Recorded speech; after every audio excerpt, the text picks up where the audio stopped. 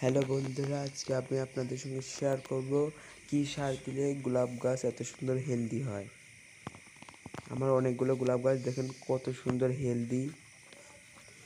তো সবার প্রথমে কিছু একটি দিয়ে গোলাপ গাছের গোড়া আর মাটি আমি আলগা করে নেব। আলগা করার পরে আমরা যেই সবজি কাটার পর যেই খোসাগুলো আমরা ফেলে দিই, ওইগুলো ফেলে না দিয়ে আমরা ওইগুলোই আমরা প্রত্যেকটি গাছের গোড়ায় দিয়ে দেব। কিছুদিনের মধ্যেই এই সবজির খোসাগুলো পচে সার হয়ে মাটির সঙ্গে মিশে যাবে। তখন গোলাপ গাছ অনেক সুন্দর হেলদি হবে। তখন প্রত্যেকটি গাছে দেখেন দিয়ে দিয়েছি।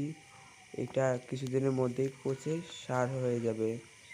তখন আপনাদের গাছও এত সুন্দর হেলদি হয়ে যাবে। তো এত সুন্দর ডালপালা বের হবে। আজকের ভিডিওটা এই পর্যন্তই। সবাই ভালো থাকবেন, সুস্থ থাকবেন এবং টাটা।